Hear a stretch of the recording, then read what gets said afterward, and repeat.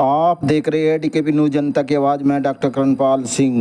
सहारनपुर गंगोह तांडव संवाद कार्यक्रम में स्वामी यशवीर महाराज ने हिंदू वीरांगनाओं को आत्म रक्षा के लिए शस्त्र वितरित किए।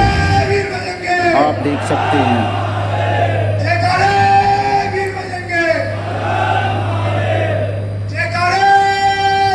महिला शक्ति को बढ़ावा देने के लिए महिला शक्ति को हर जगह हर प्रोग्राम में जो है सम्मानित किया जा रहा है। आप देख सकते हैं कोई भी विभाग हो उसमें सबको नारी सम्मान के लिए जगह जगह प्रोग्राम हो रहे हैं। आप देख सकते हैं। सच्ची सीधी खबर के लिए हमारे चैनल को सब्सक्राइब करें, लाइक करें, शेयर करें, कमेंट करना ना भूलें। धन्यवाद।